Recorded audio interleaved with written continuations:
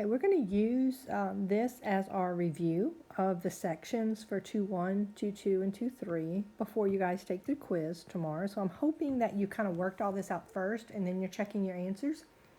If you have a question, then I want you to watch this video. You may not even need to. If you got them all right and you don't have any questions on anything, then you don't have to watch this. But anyway, I'm going to go through it for you to make sure that if you do have questions, you have somewhere to get that help from.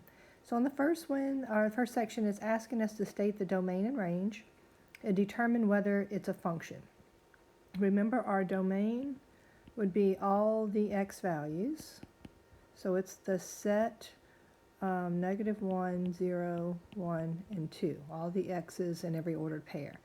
The range would be all your y values that are in the ordered pair. So it's the set 4, 5, 4, well, we already have it, so we don't have to write it again, and then 7.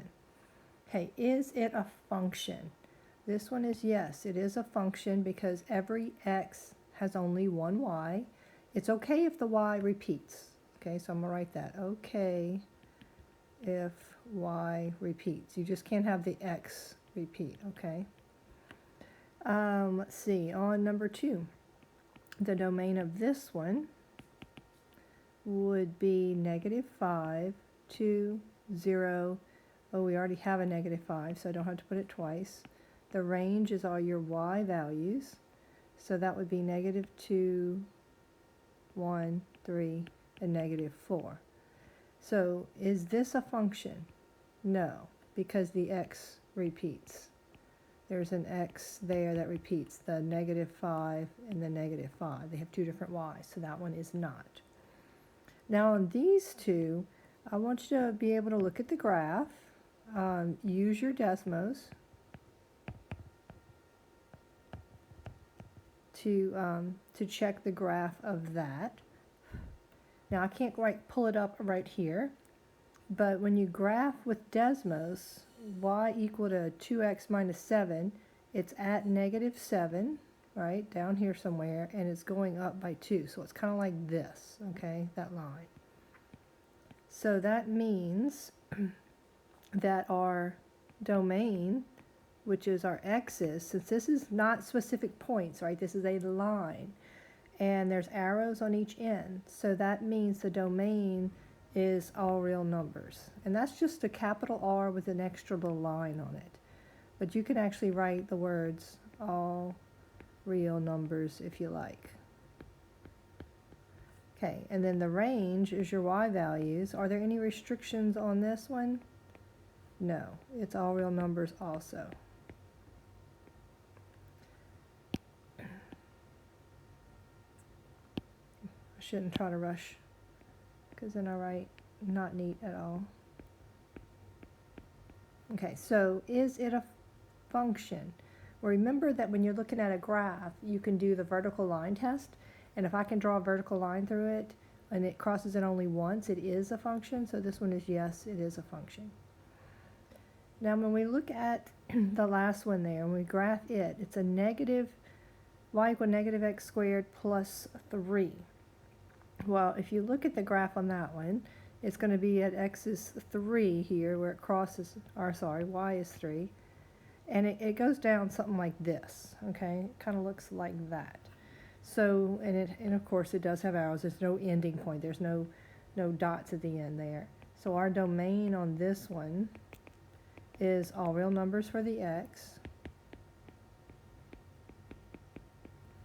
And because it goes on forever and ever, there's no restrictions on the x. But the range is your y's. And notice that there is a top y. That top y is at 3. So that means the graph goes, all the y's have to be less than or equal to 3. Is it a function? Does it pass the vertical line test? Yes, it does. Because I can draw a vertical line through it and it only crosses it once. Okay, that doesn't really look vertical, but you get the idea. So that one would be. All right, so in the next little part, evaluating functions, we are given f of x, g of x, and h of x, and they're asking us to find each value. So g of 8, so I got to use the g function and plug in 8 everywhere I see x. Be sure and put your parentheses around whatever you're inserting. Doesn't always matter, but it does if we're dealing with negatives, so you have to be careful. All right, I got negative 8 on that one. Okay, so for number 2, you're plugging in 13 in the h function and negative 1 in the f function, and then subtracting the 2. So let's see, that would be absolute value of 2 minus 4 times 13 minus, I'm going to put this one in a bracket. See, I got to plug in negative 1 in the f function, so if I plug that in, so this gives me the absolute value of 50 minus a negative 17, which is 50 plus 17, so I got 67 is the answer for that one. On number 3, we're plugging in 3y minus 1 into the f function, so that would be 8 times 3y minus 1 minus 9. Here I would have distributive property, and then combining like terms would give me 24y minus 17. On number 4, we have g of a plus 2. That means we take the g function and we plug a plus 2 in everywhere we see x and solve it. So remember, that's like 2 of these parentheses. That means you're going to have to do FOIL right here. The second part is just distributive property. Do FOIL first before you distribute that negative, okay? Because if not, it might mess you up. So I messed up right there. Okay, so it's in plus plus there. Okay, so now I'm going to distribute the negative, and I'm going to combine, well, I'm going to just distribute the negative to all the pieces. I'll combine all like terms in a minute. All right, let's see. So that gives me a negative a squared, a positive 3a, if I add all the a's together, plus 10. So just be real careful, follow the procedures, order of operations there. Then on number 5, now number 5 is a little bit different. You see how they tell us f of x is equal to negative 23? So that's different because that stands for y. So when I'm using the f formula, that means I'm plugging in negative 23 where the f of x is, not where the x goes. Okay, so please don't mess that up.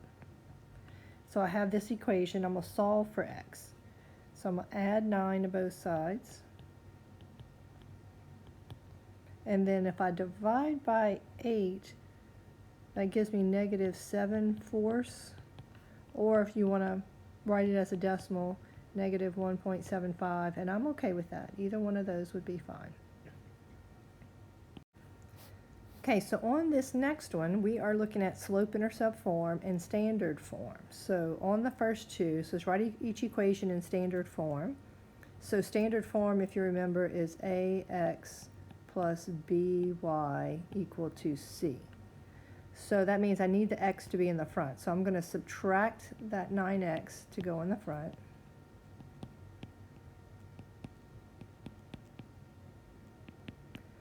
Now the thing is, you can't have anything in common. So now I need to factor out first the negative, because I can't have the leading coefficient to be negative, and we need to take out any GCF that they might have, okay? So I'm going to divide everything by negative 3, because they all have a 3 in common. So if I take that out, that leaves me 3x minus 4y equal to 10. This would be the standard form. So notice it's in simplest form, and the leading coefficient is not negative. Now number 2, you've got to get rid of the fraction. So basically, we need to multiply by the LCD. So the LCD between 9 and 6 is 18.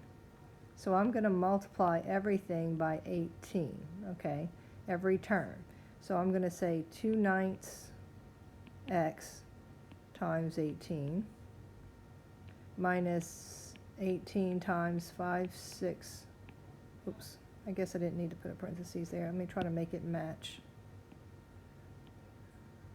Uh-oh, I'll just write that over.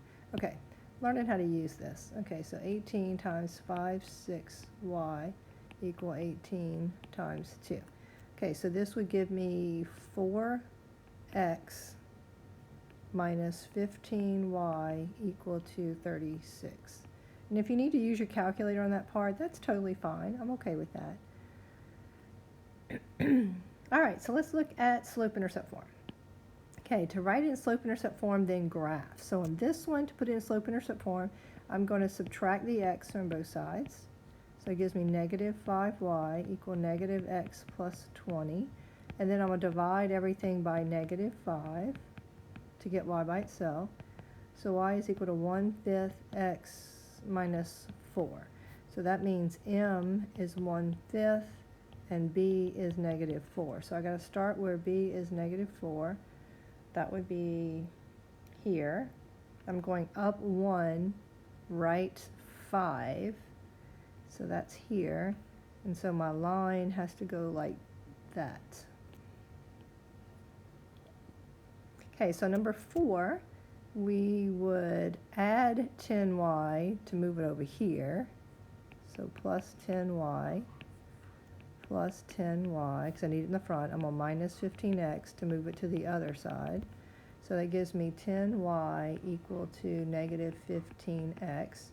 And then I divide by 10. So x is negative, let's see, that simplifies, doesn't it?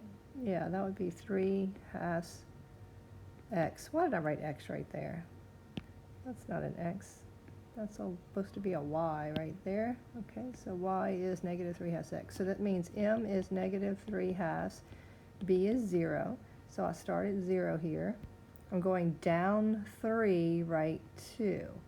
And if I want to go backwards, I could actually go up 3, left 2. If I wanted to get like another point to make it a little bit easier to draw my line, you certainly can do that. All right, so let's see, the next part, we're looking at x and y intercepts. So remember, to find the x and y intercept, you let the other value be 0. So to find the x-intercept, I'm letting y be 0. And I solve that equation. So if I add 6x to both sides, I get this. Divide by 6, it gives me 1/3. So I know it's 1/3 comma 0. If I solve for the y-intercept, I'm letting x be 0. And I get y equal 2. So I have 2 points, one at 2 and one at 1/3, which is really hard to do. But it's something like that. Okay, and it should match our graph if we were going to do slope-intercept form. But they asked us to do x-intercept, y-intercept. That's what I expect, like on a test or a quiz or whatever. All right, so number 2 here. If we plug in 0 for y, to get the x-intercept, that gives me x is 4. And if I plug in 0 for the x to get the y-intercept, let's see what that gives us. That would be, negative 5/2 equal to y. So you could do this as negative 2.5 if you like. I'm totally fine with that because it's not rounded. So x is 4 and negative 2.5, so it's down 2 and then halfway through. So it's like this. All right, on the last page here, we have point slope form and 2 points if we're given that. So let's look at that. Write a linear equation with the given information. Number 1 passes through this point, negative 2, 11, with a slope of negative 4. So if they're giving us a point and a slope, we're going to use our point slope form. So we have y minus 11 equal negative 4 times x minus negative 2. And if you want to go ahead and put that as plus 2, that's totally fine. That's what I do. So now we just rearrange it to get it into slope-intercept form. So we've got distributive property here. And then we would add the 11.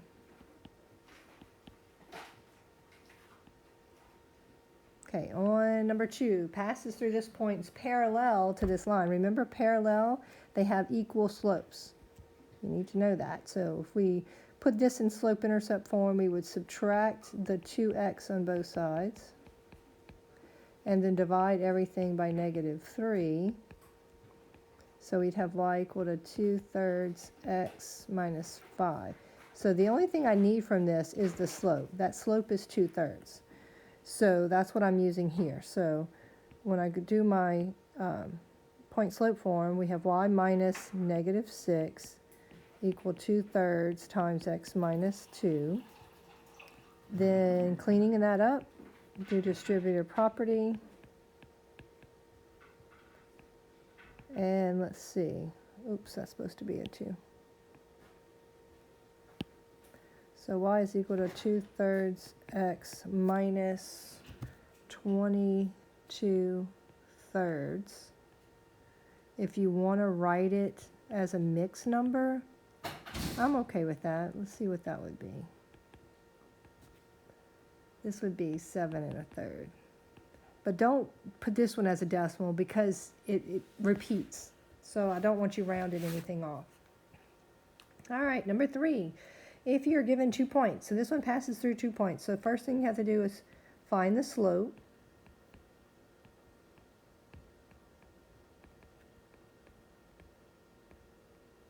And then, let's see, we got to simplify that. Now that we have the slope, we can use either of the 2 points. I'm going to use the smaller one. I'm going to use the second one. So y minus -2 equal to -3/4 times x minus 3. And then we just clean it up. Do distributive property right here. And then if I subtract 2, that leaves me with just 1/4. All right, so last 2, let's look at these. These are applications, word problems. Caitlin is going away to college and will need to rent a truck to help move. The cost of the truck is $35 plus 79 cents per mile. If her college is 85 miles away and she budgeted $100 for the rental, will she have enough money? Well, let's see how much it would cost. So I know the cost is equal to $35 plus 79 cents per mile. I'm going to do M for miles. So I'm going to say C is cost, and M would be the miles. So how much is it for 85 miles away? So let's see, our cost is equal to 35 plus 0.79 times 85 miles. So what does that come up to be? So that cost is 102.15. That's what I came up with, 102.15. So does she have enough? No, she's only, well, she's close. No, she needs $102.15. So she's only off by $2.15, but she doesn't have enough money if she only budgeted $100. All right, so next one, last one. Max works 2 jobs, one at the zoo, the other at the library. He drives 24 miles round trip to the zoo, 9 miles round trip to the library. He never works 2 jobs in the same day. His car has a 15-gallon gas tank and gets 20 miles per gallon. If his tank is now empty and he has worked 12 days at the library since last filling up, how many days did he work at the zoo? Wow. Okay, let's see if we can figure this one out. So 24 miles to get to the zoo round trip, if he works there, plus 9 miles for a round trip for the library. And that's going to be a whole tank of gas. Okay, so that would be 15 gallons times 20 miles per gallon. So, 24. Let's let X be at the zoo. So X is going to be his trip to the zoo. Y will be library. So 24x plus 9 times, how many days he did? 12. 15 times 20, that's 300. So now we can just solve this equation.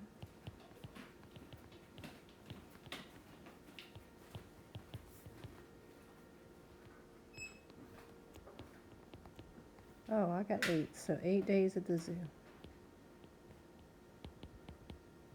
He worked 8 days at the zoo. All right, we're done.